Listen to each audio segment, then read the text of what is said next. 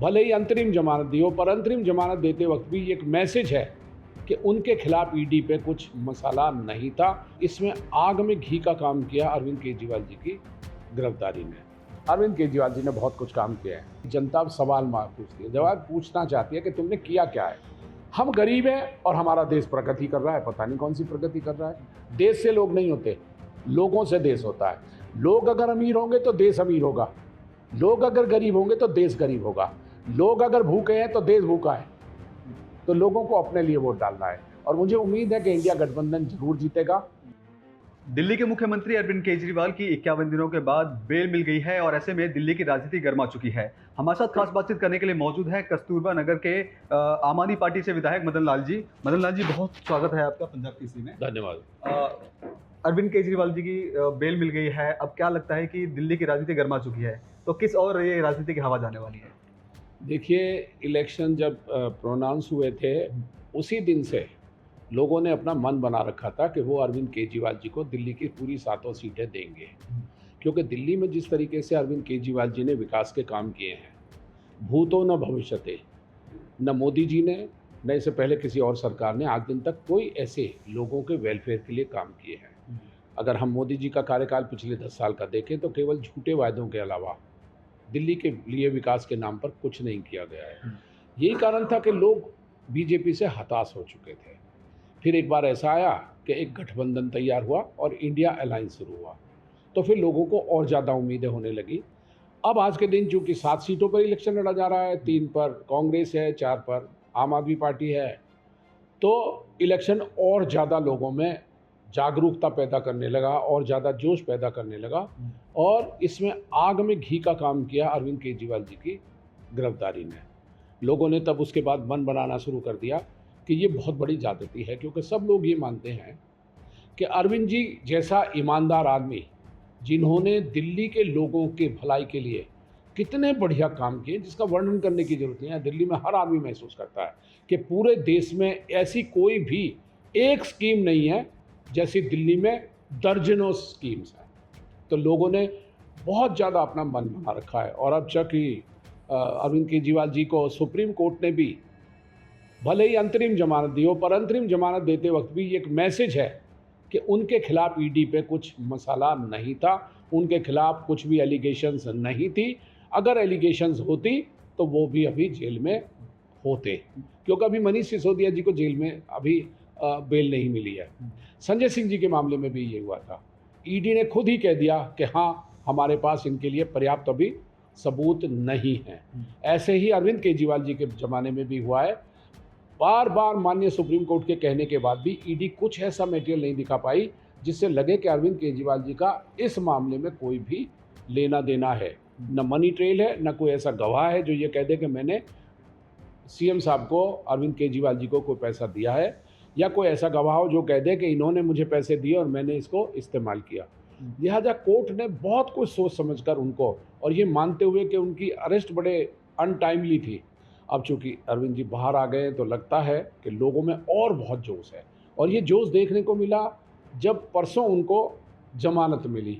जिस तरीके से पूरी की पूरी दिल्ली तिहाड़ जेल पर उमड़ पड़ी थी, उससे लग रहा था कि लोग अब बिल्कुल भी किसी और मूड में नहीं है। उनका केवल एक ध्येय है, एक चाह है, एक इच्छा है कि अरविंद जी की 7 सीटें, हम इन्हें अरविंद जी की 7 सीटें मानते हैं, चाहे कांग्रेस हो, चाहे, क्योंकि इंडिया गठबंधन की सीटें, तो ये 7 जीतेंगे हम। ठीक है सर, इस इलाके से 2 बार सांसद रह चुके हैं आप बीजेपी के, क्या कुछ कार्य विकास करवाए हैं उस पर हम बात नहीं करेंगे, लेकिन अगर आपके यहाँ से सांसद जीतते हैं तो क्या कुछ ऐसे मुख्य काम रहेंगे जिस पे आप फर्स्ट प्रायोरिटी पे काम? देखिए, मैं आपको बता दूं, यहाँ से जो पीछे 2 बार सांसद रही हैं 10 साल, उनको लगभग 50 करोड़ का बजट मिला होगा, क्योंकि सांसद को 5 करोड़ रुपये हर साल मिलता है। पर ये दुर्भाग्य की बात है कि उन्होंने हमारे इलाके में 50 लाख भी खर्च नहीं किए। 50 करोड़ तो दूर, कम से कम उनके पास 10 एमएलए होते हैं उनके एरिया में, तो 5 करोड़ का हिस्सा तो हमारी कॉन्स्टिट्यूंसी का भी था। पर उन्होंने, मुझे नहीं लगता कि 50,000 रुपये भी खर्च किए हैं। एटलीस्ट मैं दावे के साथ कह सकता हूं कि हमारे इलाके में तो उन्होंने 1 रुपये का भी कोई विकास का काम नहीं किया है। लोग उनको जानते भी नहीं। बहुत सारे लोग, तो ज़्यादातर लोग ऐसे मिलेंगे जो आपको कहेंगे हमें यही नहीं पता कि हमारा एमपी कौन है। उनकी शक्ल तो दूर, उनका नाम भी किसी ने नहीं सुना होगा। पर सोमनाथ भारती जी 3 बार के विधायक हैं। उन्होंने अपने आप को अपने क्षेत्र में प्रूव किया है। वो 1 बार जीते, फिर दूसरी बार जीते, फिर तीसरी बार जीते, और अब तो 3-3 काउंसलर भी उन्हीं के ही हैं। उससे लगता है कि लोग उनको चाहते हैं। उन्होंने बहुत अच्छे अपने एरिया में काम किया, और मैं समझता हूँ कि अगर वो पब्लिक के लोग के लिए इतना अच्छा काम करते हैं, लोग उनको इतना चाहते हैं, तो अगर वो एमपी बनते हैं तो लोगों को उनसे बहुत ज़्यादा लाभ होगा, और हमें तो बहुत ज़्यादा होगा। क्योंकि हम अपने इलाके में बहुत सारी ऐसी चीज़ें देखते हैं जो केवल एमपी के कंट्रोल में होती हैं। मैं बहुत सारे ऐसे दृष्टांत हैं हमारे पास, जब हम पुलिस के लिए कोई क्वेश्चन करते हैं विधानसभा में, या कोई डीडीए से पूछना चाहते हैं, या हम डीडीए का कोई काम करवाना चाहते हैं, पुलिस का कोई काम करवाना चाहते हैं, लॉ एंड ऑर्डर की प्रॉब्लम होती है, तो उसमें क्या होता है, वो वहाँ से जवाब आता है कि साहब ये सब्जेक्ट आपका नहीं है। तो मुझे लगता है सत्ता परिवर्तन के बाद ये सब सब्जेक्ट दिल्ली सरकार के होने लगेंगे, तब दिल्ली को पूर्ण राज्य की तरफ भी उम्मीद है ले जाया जाएगा। और हमें उम्मीद है कि हमारे एमपी बनने के बाद दिल्ली में 7 एमपी हमारे बनेंगे, और पूरे देश में हमारे एमपी आएंगे, हमारी मेजॉरिटी होगी, सत्ता परिवर्तन होगा, तब ये सारी की सारी समस्याएं, हमने राजनीति का स्वरूप बदल दिया है। अब एमपी दूसरी पार्टी के जो कभी ड्राई क्लीन की दुकान में होते थे, वो अब सड़क पे आने लगे हैं, क्योंकि उनको पता है कि जनता अब सवाल पूछती है, जवाब पूछना चाहती है कि तुमने किया क्या है। सर, 2-3 काम बिंदुओं में मुझे बताइए कि ये अगर जहाँ से आम आदमी पार्टी के प्रत्याशी हैं जो सोमनाथ भारती जो जीतते हैं, तो फर्स्ट प्रायोरिटी पे क्या कुछ काम रहेंगे? देखिए, सबसे बड़ा जो काम है वो ये है कि दिल्ली के कामों को जो बार बार सेंटर रोकता है, वो रुकने बंद हो जाएंगे। क्योंकि सोमनाथ भारती जी के साथ मुझे उम्मीद है कि पूरे देश में सत्ता परिवर्तन हो रहा है। तो न केवल सोमनाथ जी जीतेंगे, दिल्ली की 7 सीटें हम जीतेंगे, बल्कि पूरे देश में इंडिया गठबंधन जीतेगा। तब ये बीजेपी का राज खत्म होगा। जब राज खत्म होगा तो पूरे के पूरे हिंदुस्तान में लोगों के भले के काम जो अभी रुकते हैं, खासकर दिल्ली में जो हम देखते हैं कि दिल्ली में एक पैरेलल सरकार, या हमसे कहें हमसे बड़ी सरकार, केंद्र के इशारे पर दिल्ली के हर काम को रोकना चाहती है। वो सीएम अरविंद केजरीवाल जी के हर काम को रोकने के लिए कुछ ना कुछ प्रयत्न करती है, और उसमें सबसे बड़ा योगदान होता है इनके अफसरों का, जो सीधे डायरेक्ट एलजी के अंडर आते हैं। ये सिस्टम खत्म हो जाएगा। सिस्टम खत्म होगा तो लोगों के भले के लिए काम। आज हम सीवर का छोटा मोटा काम भी नहीं कर पा रहे हैं, क्योंकि बजट नहीं एलोकेट हो रहा है। पानी की लाइन अगर कहीं टूट जाए तो हम रिपेयर नहीं करा पा रहे हैं। ये बहुत सारी दिक्कतें, प्रैक्टिकल डिफिकल्टी है। आज के दिन आचार संहिता भले ही लग रही हो, पर जिस तरीके से इन्होंने सब बजट्स को रोकना शुरू किया है, तंग करना शुरू किया, उससे लोगों के काम बहुत सफ़र कर रहे हैं। मुझे उम्मीद है कि दिल्ली में परिवर्तन के बाद जब बीजेपी की सरकार हट जाएगी, जो हट रही है, आम आदमी पार्टी की सरकार इंडिया गठबंधन के साथ बनेगी, और यहाँ लोगों को बहुत ज़्यादा फायदा होने लगेगा। ठीक है। और क्या लगता है कि जो भारतीय जनता पार्टी बोली 400 जो आंकड़ा बता रही है, कितनी सीटें लेके आ सकती है, और दिल्ली में आम आदमी पार्टी की कितनी सीटें आ रही हैं इस बार? देखिए, दिल्ली में तो 7 सीटें हम जीत रहे हैं, और मुझे लगता है कि मुझे नहीं लगता, जो आजकल आकलन है, जितना हम टेलीविज़न में देखते हैं, अगर हम सोशल मीडिया पर देखें तो ये 200 से ज़्यादा पार नहीं हो रहे हैं। ये उन भले कामों का ही नतीजा था कि उनको जेल जाना पड़ा, क्योंकि बीजेपी कभी नहीं चाहती कि वो विकास के काम करें।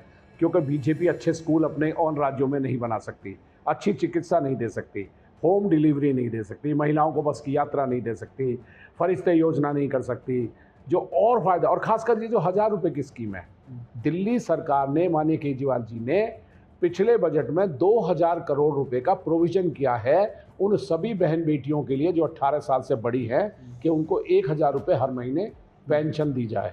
ये पारितोषिक समझिए, ये मान सम्मान की राशि समझिए, ये महिलाओं को सशक्तिकरण की ओर ले जाएगा कि वो अपने रोज़ के जो खर्चे हैं, क्योंकि महंगाई इतनी ज़्यादा हो गई, और आपको पता होगा कि पूरे देश में इस समय बेरोजगारी चरम सीमा पर है, महंगाई चरम सीमा पर, आज लोगों की कमर टूटी हुई है। सरकार के खुद के आंकड़े बताते हैं, सरकारी संस्थाओं के खुद के सर्वे बता रहे हैं कि हिंदुस्तान में 30 साल से कम उम्र का 83% आदमी आज बेरोजगार है, 83%। और आप समझिए, एक सरकारी संस्था का सर्वे कहता है कि हिंदुस्तान में 57% लोग कहते हैं कि हम जो काम धंधा करके पैसे कमाते हैं उनमें से हमारी बचत 0 है। केवल 19% लोग कहते हैं हाँ हम कुछ बचाते हैं। इसका मतलब ये है कि 12 ने भर तो जितना कमा रहे हैं उतना खर्च हो रहा है। तो ये कैसी अर्थव्यवस्था है कि हम अपनी डींग मारते हैं कि हम दुनिया में 3रे नंबर की अर्थव्यवस्था बनने जा रहे हैं। तो देश बन रहा है तो लोग क्यों नहीं बन रहे 3रे नंबर के, 4थे नंबर के? उनका जीवन स्तर इतना नीचे क्यों है? आपके आंकड़े क्या बता रहे हैं? वास्तविकता से दूर है। हम तो जब माने तब लोग, जो सड़क पे खड़ा आदमी है वो भूखा ना सोए, वो गरीब ना रहे, उसका स्तर कम से कम इतना हो कि वो एक इज्जत के साथ 2 जून का खाना खा पाए और भीख नहीं मांगे, लोगों के रहमो करम पर ना हो, बल्कि अपने आप पैसा कमा के खाए। तब तो माने कि हमारा देश अमीरी की ओर बढ़ रहा है। हम गरीब हैं और हमारा देश प्रगति कर रहा है, पता नहीं कौन सी प्रगति कर रहा है। तो हमें उम्मीद है आने वाला समय बदलाव लाएगा। मैं अपने क्षेत्रवासियों से सबसे बड़ी एक अपील करना चाहता हूं कि उन्हें वोट जरूर करना चाहिए, क्योंकि ये एक ऐसा अधिकार है, और इस बार का वोट इसलिए भी जरूरी है कि उन्हें अपने बच्चों के भविष्य के लिए वोट करना है, उन्हें इस देश की प्रगति के लिए करना है, उन्हें उस देश की तरक्की और दुनिया में इस मान सम्मान दिलाने के लिए इस देश का नाम इसलिए जरूरी है कि लोग देश हैं, देश से लोग नहीं होते, लोगों से देश होता है। लोग अगर अमीर होंगे तो देश अमीर होगा, लोग अगर गरीब होंगे तो देश गरीब होगा, लोग अगर भूखे हैं तो देश भूखा है। तो लोगों को अपने लिए वोट डालना है, और मुझे उम्मीद है कि इंडिया गठबंधन जरूर जीतेगा, सत्ता परिवर्तन होगा, और तब ये रोज़ रोज़ की दिक्कतें ख़त्म हो जाएंगी दिल्ली में, जो आजकल हो रही हैं, जो पूरे देश में हो रही हैं। ईडी सीबीआई का जिस तरीके से जो डबल दिखा के डर, जिस तरीके से लोगों को, ये सत्ता परिवर्तन नहीं है, ये लोगों की आस्था को परिवर्तन कर रहे हैं। बहुत शुक्रिया सर। ये थे हमारे साथ मदन लाल जी। इनका साफ तौर पे कहना है कि जिस तरह से अरविंद केजरीवाल की बेल के बाद अब राजनीति गर्मा तो गई है, और साथ ही साथ इनका ये भी दावा है कि इस बार दिल्ली में आम आदमी पार्टी अपनी सत्ता अपनी सातों की सातों सीट लेके आ रही है। और अब देखने में दिलचस्प ये होगा कि आखिरकार रिजल्ट के बाद क्या कुछ निष्कर्ष निकल के सामने आता है, ये दिलचस्प होगा। कैमरा पर्सन कमलेश कुमार के साथ मैं संजय सक्सेना, पंजाब केसरी.com, दिल्ली।